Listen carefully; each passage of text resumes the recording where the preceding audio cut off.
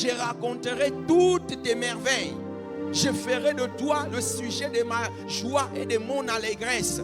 Je chanterai ton nom, Dieu très haut.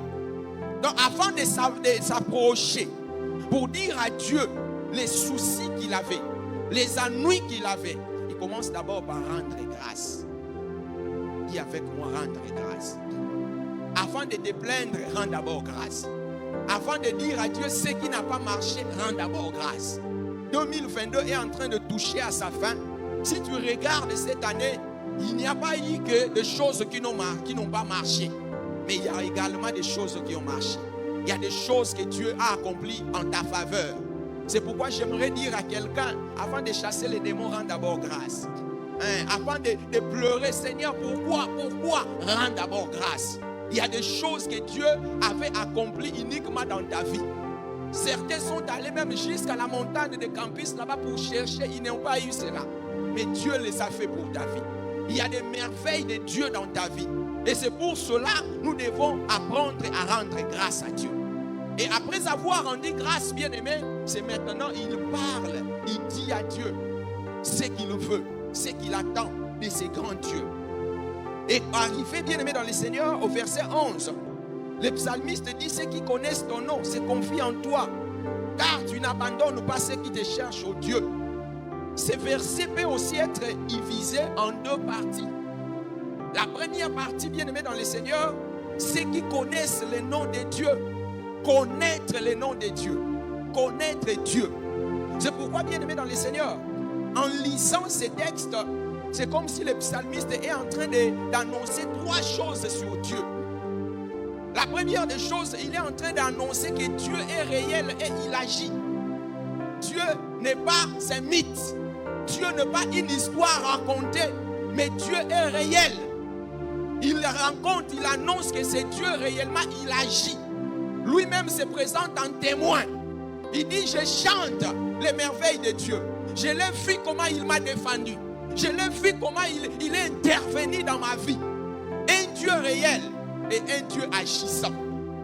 C'est cette face-là, ce tableau-là que le psalmiste est en train de présenter, c'est Dieu. Et ce soir, j'aimerais dire à quelqu'un, le Dieu que nous prions, il est réel. Alléluia. Nous ne sommes pas, nous ne venons pas en ces lieux parler comme en l'air. C'est Dieu, nous ne le voyons pas avec des yeux physiques, mais il est là. Nous ne le voyons pas avec des yeux physiques, mais il est réel. Non seulement il est réel, ce n'est pas un Dieu passif. Ce n'est pas un Dieu qui est assis pour ne rien faire. C'est un Dieu qui est agissant. C'est un Dieu qui est actif.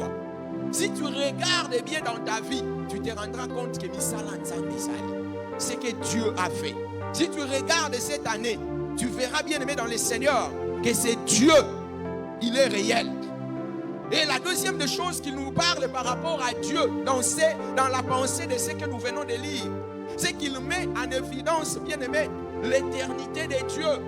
Il appelle l'Éternel au verset 10. L'Éternel est un refuge. Quand on parle de l'Éternel, pour ne pas entrer dans la profondeur, il veut simplement dire que c'est Dieu qui nous soutient. Il n'a ni commencement ni fin. C'est Dieu qui marche avec nous, qui combat avec nous. Il ne finira jamais.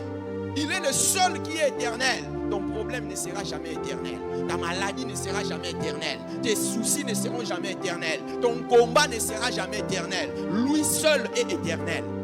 Quelqu'un dit Amen. Lui seul est éternel.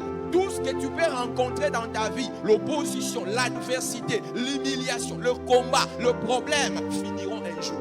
Un jour, tu vas tourner la page. Un jour, tu diras comme Anne, c'est pour cet enfant que j'ai prié.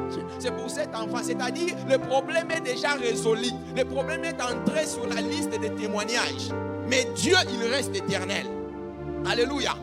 Et la troisième des choses, c'est que c'est Dieu, comme le verset 11 nous le dit, ceux qui connaissent ton nom. Donc, notre Dieu, c'est un Dieu qui se révèle. C'est pourquoi il est possible de connaître Dieu. Alléluia. Connaître Dieu, c'est possible. C'est possible parce que lui-même, il est le Dieu qui se révèle. Le Dieu de la Bible est un Dieu relationnel. C'est un Dieu qui aime se faire connaître auprès de ces créatures que nous sommes. Dieu aime qu'on les connaisse. Et quand vous lisez ce verset 11, j'ai compris, bien aimé, que la confiance qu'on doit placer à Dieu est fonction de la connaissance qu'on a de lui. Si plus tu connais Dieu, plus tu vas te confier en lui. Moins tu connais Dieu, moins tu vas te confier en lui.